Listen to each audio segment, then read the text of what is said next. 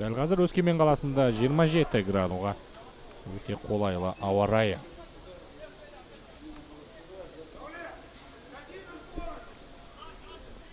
Одан кейін мінекей оған дейін қауіпті сәт жасап үлгерген екен Жайық командасы допқа.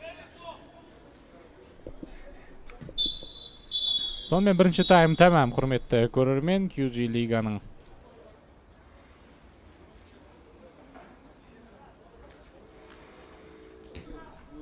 бірінші таймда Жайық сапында Бейбар Серікқали сары қағаз алған болатын.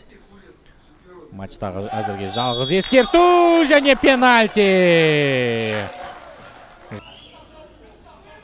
Қазір мінекей бұл жерде керісінше ғой деймін.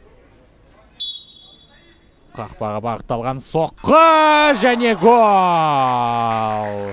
48-ші минутта Алтай алға шықты. Қадірлі көрермен, 69-ші нөмірлі Дәулет Даутбаев Алтай командасын алға шығарды, соғып отыр. Не деген тамаша шабуылшы. Командасының 60% голдарын соғып жүрген ойыншы Дәулет Даутбаев. Бұған дейін Дәулет өткен турда Оқжетпес қақпасына дубль жасады.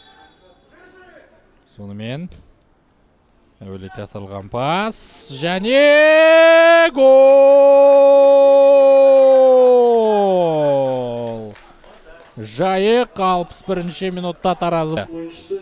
Бұл жерде қақпашының қателігі, қараңыздар, бекерге орнынан шыққан екен, ал бос қақпаға допты сүңгітіп жіберген Бейбар Серікқали. Қорғаушы да, қақпашы да, одан кейін оның алдын қарымта ұмтылысы.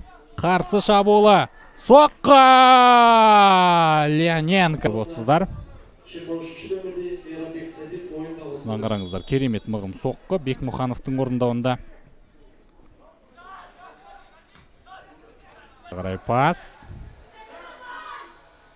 Және қақпаға бағытталған соққы.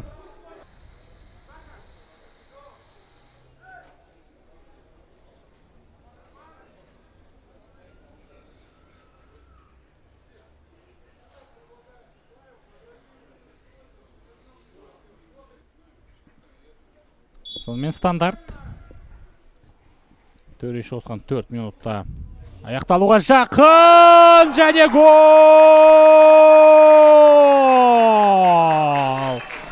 Алтай командасы 90+2 жақындады қазір. Өте әдемі, өте таза гол. Қараңыздар, баспен бағытталған соққы. Қақпашы жетіп үлгермеді, 9-дыққа топ ете қалған екен. Осылайша, құрметті көрермен, бұл ойында шамамен матчтың тағдыры шешілген секілді. 2-1 бағынадан бері Жайық шабуылдады. Алтай үшін тарихи күн. Егер жеңіске жетсе, қараңыздар, 4 минут аяқталмай жатып төреші ойынды тәмамдап тастады. Болыңыздар.